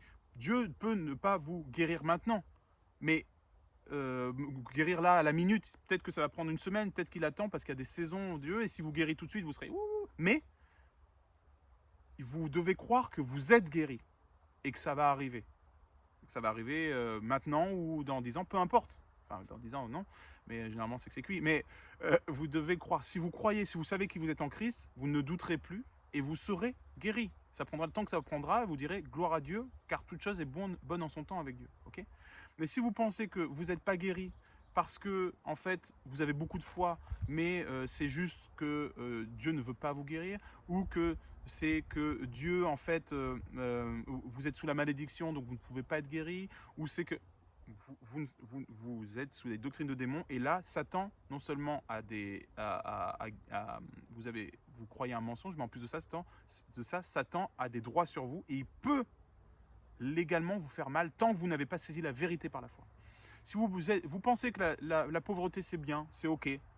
Mes parents de toute façon étaient pauvres, ils ont très bien vécu avec 3 oranges à Noël, une orange à Noël, et que c'est ok pour moi. Si vous pensez que de toute façon Jésus était pauvre et que les apôtres étaient pauvres et que donc moi être pauvre c'est ok, c'est ce que Dieu veut, tout ça, vous ouvrez une porte à Satan. Si vous pensez que le péché n'est pas grave, ou au contraire que le péché vous avez perdre votre salut, c'est un mensonge de diable, hein, que votre péché vous fait perdre votre salut, ou que le péché d'un frère fait de lui quelqu'un qui n'est pas sauvé,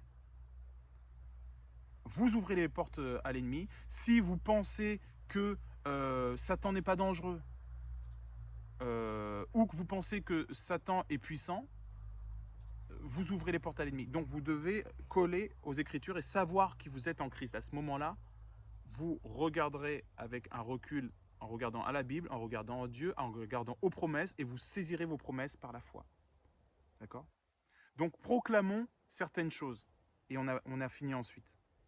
Je vous invite à proclamer ce que Jésus a fait pour vous. Grâce à lui, je suis. 2 petits points. Grâce à lui, je suis sauvé, parce qu'il a payé. Je suis digne parce qu'il m'a rendu digne, alors que j'étais indigne de lui. Donc vous le proclamez devant l'ennemi, vous le proclamez sur votre vie, vous proclamez ça, je suis sauvé parce qu'il a payé le prix et donc je suis digne d'être sauvé. Vous pouvez aussi proclamer, moi c'est ce que je proclame, d'accord? Je vous ai fait la liste des choses que je proclame sur ma vie. Je suis libre car il a été captif à ma place. Il a été condamné et jugé à ma place. Comme j'étais avec lui, dans mon jugement, comme j'étais avec lui, mon jugement, maintenant, c'est du passé. J'ai été jugé le jour où j'ai cru en Christ. Je suis arrivé devant le tribunal. Il a dit, et Dieu a dit, bon ben ok, il est justifié en Christ. Et je suis passé au royaume de Dieu. J'ai pu passer. Au jour de ma nouvelle naissance, je suis passé au tribunal céleste, devant le tribunal de l'univers. Et Dieu m'a acquitté parce que j'avais l'avocat Jésus avec moi. Donc quand je passerai à la fin des temps, au jugement où tout le monde sera jugé, je ne serai plus jugé, vous vous rappelez l'épisode sur le paradis, je ne serai plus jugé comme les hommes sur mes péchés, mais je serai récompensé et on verra toutes les récompenses que j'ai. Je viendrai pour prendre la paye, d'accord? C'est autre chose. Évidemment, si on fait n'importe quoi, cette paye peut nous être retirée, ce qui peut être vu comme une maladie, comme une malédiction ou comme une punition, évidemment, ou un jugement dur. Mais ce n'est pas du moins, c'est pas du négatif, c'est juste du moins dans le plus qu'on avait. Le plus, c'est-à-dire la richesse que Dieu nous avait donnée, des récompenses. On nous en enlève, 1 parce que j'ai été mauvais avec mon prochain, 2 parce que on m'a divisé par 2 parce que je me suis enorgueilli et j'ai dit regardez quelle femme ou quel homme de Dieu je suis et tout nana, ben, j'ai déjà eu ma récompense donc ça on me l'enlève aussi. Ensuite, vous voyez, et on dégraisse jusqu'à tomber à 0. Je suis sauvé. 0 étant je suis sauvé et point. Je suis tout nu au royaume. Mais dans le négatif, nous n'y allons pas. Dans le négatif, c'est je ne suis pas sauvé et l'enfer et tous les degrés d'enfer en dessous. Okay. Donc, je proclame sur ma vie que je suis libre car il a été captif à ma place. Donc, il n'y a plus de jugement sur ma vie. Grâce à lui, il m'a donné une nouvelle nationalité. J'ai une nouvelle nationalité. Je suis citoyen des cieux. Je suis citoyen du royaume de Dieu ou citoyen du royaume des cieux, mais je suis citoyen des cieux. Donc je n'appartiens plus au monde et le monde n'a plus aucune prise sur moi. Mes racines ne sont pas dans la terre, mais mes racines sont dans les royaumes de Dieu. C'est là que je prends ma sève, c'est là que la sève, le sang divin coule et coule en moi parce que je suis greffé à ce royaume, le royaume des cieux. Grâce à lui, j'ai une position. On m'a donné une position, un nouveau statut juridique avec des droits, vous vous rappelez, pauvreté, nanana, et des devoirs évidemment. Grâce à lui, je peux bénéficier des lois spirituelles du royaume de Dieu depuis que je suis né de nouveau. Donc personne ne peut vous dire que vous ne pouvez pas profiter de ces lois. Usez-en à volonté, plus que de raison. Okay, Vous en avez le droit, vous êtes citoyen des cieux. Vos droits sont vos droits, vous pouvez en jouir tant que vous voulez. Ensuite, grâce à lui, je ne me bats plus pour obtenir la bénédiction. Mais j'ai tout reçu et je dois le saisir par la foi. La bénédiction, je l'ai, je ne dois plus me battre pour enlever telle malédiction, telle malédiction, telle malédiction. Non, j'ai obtenu la bénédiction et toute la bénédiction du ciel. Je dis bien toute la bénédiction du ciel. Colossiens 2, 10 nous dit, vous avez tout pleinement en lui. Vous avez tout pleinement en lui. Vous avez tout pleinement en lui. Donc, j'ai toute la bénédiction en lui. Toute. Il n'y a pas de malédiction. Vous pourriez vous dire, c'est bon, j'arrête là. Et ce serait OK. Vous êtes sauvé, vous n'allez pas plus loin. Vous dites non au diable quand il est là. Vous savez qui vous êtes en Christ. Vous vivez votre vie, vous mourrez, vous allez au paradis. Point. Maintenant, le challenge, c'est pas comment je vais faire pour me battre contre Satan. Non, Satan n'a aucun pouvoir contre vous. Votre challenge, c'est comment je vais grandir pour m'approcher de Jésus et pour aller au plus loin dans le royaume des cieux. C'est un challenge. C'est pas un combat dans ce sens-là. C'est un challenge. Okay, c'est un combat pour aller sauver les autres dans la rue. Oui. Et bien ça, c'est du challenge pour vous approcher de Dieu, d'œuvrer pour lui. Okay, c'est du zèle, c'est du plus, c'est du bonus. Mais à partir du moment où vous avez toutes les bénédictions, on peut s'arrêter là. C'est gagné. Il a tout accompli. Grâce à lui, je peux bénéficier donc de la victoire. La victoire m'appartient. C'est juste un problème de foi si je n'obtiens pas la victoire sur la maladie, sur la pauvreté, sur le péché ou sur les attaques du diable. Okay, je répète, je n'essaye pas d'obtenir la victoire, mais la victoire m'appartient et je la saisis par la foi. Par la foi. Et si je n'obtiens pas ma victoire, c'est un problème de foi, donc je dois taffer sur la foi. Okay. Grâce à lui, je n'essaye pas de guérir, mais j'ai été guéri par ses meurtrissures. Donc grâce à lui, ma vie n'est pas écourtée. Je peux vivre longtemps et vieux. C'est une promesse de Dieu que nos jours seront longs. D'accord? Donc si vous mourrez prématurément, si quelqu'un en Christ meurt prématurément, vous savez que par ses meurtrissures, il a été guéri. Est-ce que le problème vient de Jésus ou est-ce que le problème vient de ce que la personne a cru? Oui, mais on a tous prié avec foi pendant des mois et il est quand même mort. Ben, je suis désolé. La promesse que Dieu fait, c'est que nous aurons des longs jours. Dieu ne rappelle pas les gens pour les avoir près de soi. Non. S'il est mort, c'est que le diable a gagné, c'est que la mort a gagné. Point. Dieu ne veut pas... souvent, j'entends des choses comme Dieu a voulu le rappeler parce qu'il avait besoin de lui. Non, il n'a pas besoin de lui. Il a besoin de lui sur terre pour œuvrer. Donc, s'il part, questionnez ça. Et on ne connaît pas toutes les personnes. Par contre, c'est une occasion de chute pour les autres qui vont dire « Attends, c'était un grand homme de Dieu, tout le monde a prié pour lui, et il est tombé. » Est-ce que cette personne-là avait une foi suffisante pour guérir? Je ne sais pas. Moi-même, est-ce que j'ai une foi suffisante pour guérir de toutes ces maladies-là? Je l'espère. D'accord? Mais les promesses de Dieu sont les promesses de Dieu. Moi, je préfère croire les promesses de Dieu que croire ce qui frappe les yeux des hommes. Je ne connais pas la personne qui est morte. Je ne sais pas ce qu'elle croyait. Je n'étais pas avec elle dans sa chambre tous les jours quand elle priait. Je n'étais pas dans sa tête. C'était peut-être une personne extraordinaire, mais peut-être qu'elle pensait, elle aussi, que si elle partait, c'était OK et qu'elle ne s'est même pas battue. Peut-être. Ou peut-être qu'elle s'est battue bec et ongle en demandant la maladie, mais en n'étant pas consciente qu'elle avait déjà la maladie. Qu'elle avait déjà la guérison, pardon. Donc en se battant contre la maladie, mais en oubliant qu'elle avait déjà reçu. Donc si elle parlait que dans le futur en faisant ses prières, elle n'était pas dans le présent de l'application par la foi de la victoire en Jésus-Christ qui a déjà tout accompli. Donc peut-être qu'elle passait à côté des bénédictions. Peut-être que légalement, elle a pas bien signé le procès verbal. Peut-être qu'il y avait quelque chose comme ça. Peut-être que, j'en sais rien. Et je ne veux pas rentrer dans ces considérations-là. Je ne veux juger personne. Et moi-même, je suis le premier à être étonné de certaines choses qui peuvent arriver, m'arriver, ou voilà. Mais ce qui est important, c'est pas ce qui arrive. Ce qui est important, c'est de savoir qui on est en Christ, de saisir les promesses et de faire appliquer la loi. on peut plus ou moins bien l'appliquer. Regardez, Paul, Pierre, tout ça, ils ont été assassinés.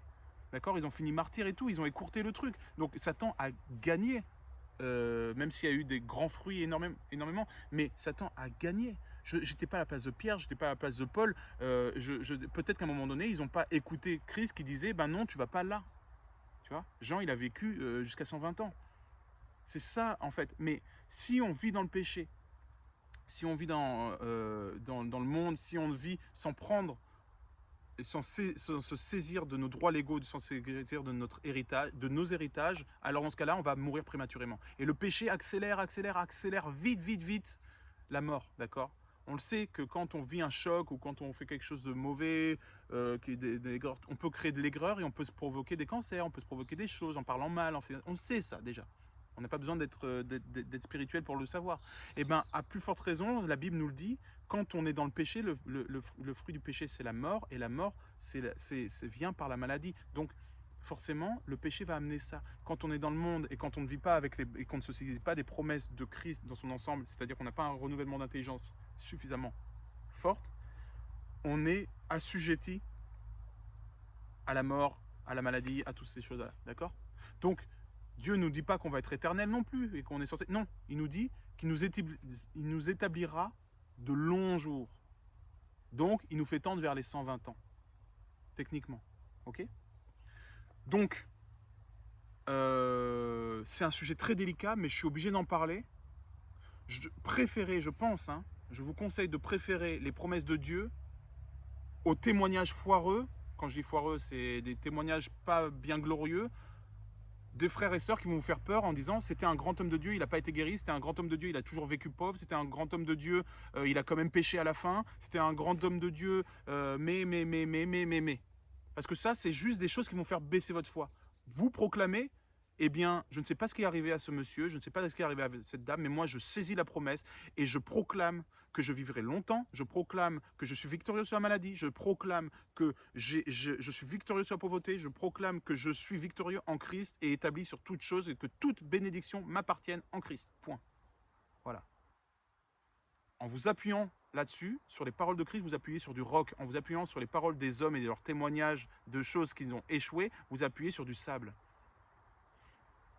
Imaginez que les apôtres soient revenus à Christ et disent « Ah, Seigneur, nous n'avons pas réussi à guérir cet enfant, pourquoi ?» Et que Jésus dise « Ah, vous avez bien fait, vous avez donné votre maximum, c'est pas si mal que ça, allez, rentrez au bercail. » Et bien peut-être qu'ils auraient annoncé à tout le monde « Ben parfois, on peut ne pas guérir et c'est ok. » Mais non, c'est pas ok. Jésus disait c'est un homme de peu de foi. Et les disciples même disaient pourquoi ça n'a pas marché? On ne comprend pas, normalement ça marche à 100%. Et là, ça n'a pas marché, ce n'est pas normal. Parce qu'ils ne regardaient pas à ce qu'ils voyaient, mais ils regardaient à ce que Dieu, et aux promesses, à ce que Dieu disait, à ce que Dieu faisait. Okay, parce qu'il faisait les œuvres du Père. Donc, si Dieu dit, tu guéris, tu pries et il sera guéri, eh bien les apôtres ont dit, bon, il n'y a pas à tortiller du... Hein, on va prier, il sera guéri. Et si, en priant, il n'était pas guéri, ils étaient les premiers grandement étonnés. Soyez les mêmes. Soyez grandement étonnés si vous n'êtes pas guéri. Soyez grandement étonnés si vous ne guérissez pas. Soyez grandement étonnés et concentrez-vous sur l'indice, la foi. Peut-être qu'il y a un manque de foi quelque part. C'est ce que Jésus nous dit, c'est ce que la Bible se tue à nous dire, c'est que le problème, tout vient de la foi. La foi, c'est subtil. La foi, ça demande beaucoup de maturité. La foi, il m'en manque énormément encore. Et je proclame que ma foi est grandissante et que j'atteindrai les objectifs du royaume des cieux. Parce que même si je suis déjà sauvé, je veux m'édifier moi-même en Christ. D'accord? En Christ. Et je veux faire les œuvres de papa en Christ. Et je veux le servir en Christ. Et je veux avoir une relation puissante, chaude, bouillante avec Christ. Je proclame. Voilà. Et je proclame que si quelque chose ne fonctionne pas dans les promesses que Dieu m'a données, le problème ne viendra jamais de Dieu, mais viendra toujours de moi. Et je me remettrai toujours en question. Et même si un jour je deviens, j'en sais rien moi, un grand homme de Dieu, qui à chaque fois qui fait ça, il y a 2000 personnes qui sont guéries et tout ça, et ben je dirai toujours que s'il y a quelque chose qui ne fonctionne pas, c'est de ma faute. Et à plus forte raison, c'est de ma faute et pas que Dieu n'a pas voulu. Et je ferai tout pour élucider le mystère et pour m'améliorer pour que ça arrive. Donc, soyons humbles. Si ça ne fonctionne pas, ne dites pas aux autres, oui, mais toi tu dis ça, ou la Bible dit ça, mais moi, si c'était vrai, ça aurait dû marcher pour moi. Soyez humbles et dites-vous que peut-être vous avez encore 2-3 pas à faire en Christ pour arriver à cette échelle de vérité. La foi est une réalité dont il faut se saisir avec violence. Quand je dis avec violence, c'est avec verve. Vous savez, il dit que le royaume des cieux appartient au royaume des dieux et forcé, il appartient aux violents. Et bien, devenez des violents qui allez chercher, saisir par la force, avec les muscles, la sueur, le sang et toutes ces tripes, les vérités qui ont été données, les promesses qui vous ont été données. Saisissez-vous avec violence, avec force, avec toute votre aide, toute votre âme. Voilà, et allez vous saisir des promesses qui ont été faites pour vous. Nom de nom. Même ça, c'est pas bon de dire nom de nom. Ah non, non je ne dis pas là. Au nom de Jésus, saisissez-vous de cette vérité. Alors, est-ce que je... Voilà. Et grâce à lui, le dernier point, je n'essaye pas d'être délivré, mais je proclame que je suis parfaitement libre, car Jésus m'a libéré. N'essayez pas de vous dire, je suis possédé, les démons ont des droits sur moi. Non, vous êtes libre. Vous êtes libre, libre, libre. Je répète, de Colossiens 2,10 dit, vous avez tout pleinement en lui, c'est pour nous aujourd'hui. C'est une promesse pour nous aujourd'hui. Nous avons tout pleinement en lui. Voilà. J'ai appuyé, fortement insisté. J'espère qu'aujourd'hui, vous aurez à cœur de plus creuser dans la Bible, de plus vous renseigner et de vous concentrer à savoir qui vous êtes en Christ. Qu'est-ce que Christ a fait pour vous? Quels sont vos droits? Quels sont vos devoirs? Quelles sont vos promesses? Et quelle est votre autorité dans votre vie, autour de vous, voilà. Les choses dont vous n'avez pas le droit. Vous n'avez pas de droit sur la vie des autres. Vous ne pouvez pas dire je proclame qu'il va se convertir. Non, c'est de la sorcellerie. Et vous n'avez pas de droit sur la vie des anges. Vous ne pouvez pas dire je te tue, je tue Satan, je tue les anges. Non, vous pouvez lier. Vous pouvez délier les anges, vous pouvez lier les anges déchus, vous pouvez faire plein de choses, vous pouvez vous battre pour choper, pour assainir vos territoires, pour édifier tout ça, mais vous ne pourrez pas chasser définitivement tous les démons de cette terre et les annihiler. Ça, c'est à Jésus qu'appartient le droit. Voilà. Mais sinon, vous avez tout. Moi, c'est vraiment quelque chose. Waouh. Ça, je vous promets que ma vie de prière, ma vie même matérielle s'est transformée quand j'ai compris ces choses-là, que je n'étais pas assujetti aux malédictions, mais qu'il avait tout accompli et que j'avais des droits légaux et que je pouvais les proclamer sur ma propre vie, sur ma propre chair et sur les esprits mauvais en face. Et maintenant, je vais régulièrement au tribunal prendre mes promesses et dire « Attendez, je pourrais avoir le certificat sur la pauvreté ?» Oui, ok. Bon, là, je montre à tout le monde, j'ai ce certificat, je ne suis pas assujetti à la pauvreté. Donc, c'est où? Non, je rigole. Mais voilà. Et la pauvreté, d'ailleurs, ce n'est pas que l'argent. Le sujet de la pauvreté, c'est si vous avez, par exemple, un terrain avec des fruits, des légumes, que ça pousse, que vous êtes nourri, tout ça, mais que vous ne touchez que 500 € par mois, vous êtes riche. D'accord? Donc ça peut arriver comme ça. Vous pouvez être riche aussi parce que des gens vous portent et vous donnent des choses et vous avez des héritages, vous avez et ça, ce n'est pas que la monnaie d'être riche. Mais quand on parle de pauvreté, ça comprend bien tout parce que la pauvreté chez Adam et Ève, c'était pas le cash flow, c'était faire pousser des fruits et des légumes, c'était s'abriter, avoir froid, avoir suffisamment d'œufs. D'accord? Nous, c'est pareil. Là, vous aurez suffisamment d'œufs. Vous ne serez pas en carence à partir du moment où vous saisissez cette vérité. D'accord? Et Dieu viendra et vous enverra une aide venue de nulle part pour pouvoir remonter la pente et à plus forte raison vous établir même financièrement, mais en tout cas dans la richesse matérielle, j'entends bien, la richesse matérielle, vous pouvez saisir ça. Bon, j'ai parlé de ça, de la guérison, tout ça, maintenant le péché, n'oubliez pas qu'en Christ, le péché n'a aucun droit sur vous. Il peut vous attaquer, Satan peut vous envoyer des choses, la chair peut vous envoyer des choses, mais vous, si vous proclamez, vous avez autorité dessus. et Jésus va vous aider à vaincre ça. Maintenant, si vous tombez dedans, ça ne veut pas dire qu'il faut vous flageller, ça c'est un mensonge du diable parce que vous avez été pardonné. Si vous tombez dans le péché et que vous rechutez, vous demandez pardon, vous faites attention à rester pur, d'accord? Voilà. Et quand le péché revient, vous lisez la Bible. Quand le péché revient, vous allez voir des frères et sœurs. Quand le péché revient, vous allez dans votre chambre secrète, vous priez en langue. Voilà. Et vous verrez que ça part très vite parce que le péché n'a plus aucun droit sur vous. Il n'a que le droit que vous lui donnez, tout comme l'ennemi. Voilà, c'est tout pour aujourd'hui. On a fait une bonne vidéo, mais qui nous sommes en Christ, l'identification en Christ, c'est sûrement le sujet, un des sujets les plus importants. À chaque fois, je vous dis ça, mais on parle de sujets très très importants et qui encore une fois, moi, ont porté énormément de fruits dans ma vie. Merci encore pour votre présence, pour votre aide, pour vos dons.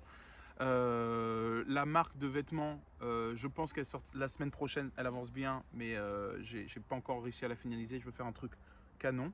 Mais en tout cas, voilà, j'ai pris certaines de vos phrases pour les mettre sur les t-shirts. Ça va être essentiellement des phrases, quelques logos, mais essentiellement des phrases parce que j'ai envie de revendiquer, avec cette marque, de revendiquer au monde qui on est en Christ.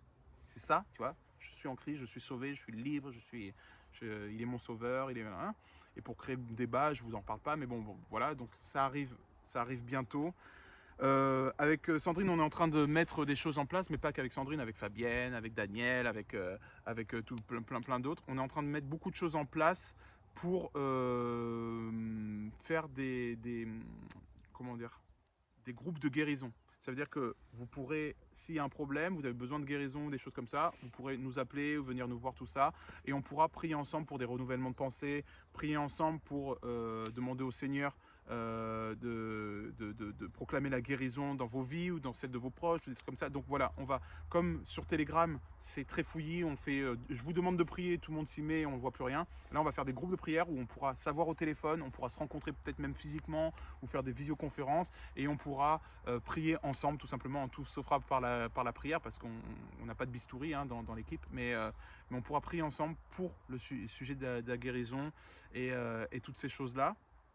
Et n'oubliez pas, si vous passez par le sud, n'hésitez pas à contacter, même si c'est qu'un week-end, venez, passez et on vous dira si on peut vous accueillir physiquement ou au moins se voir. Et voilà, vous rencontrerez tous les frères et sœurs qui m'accompagnent régulièrement, toute mon église.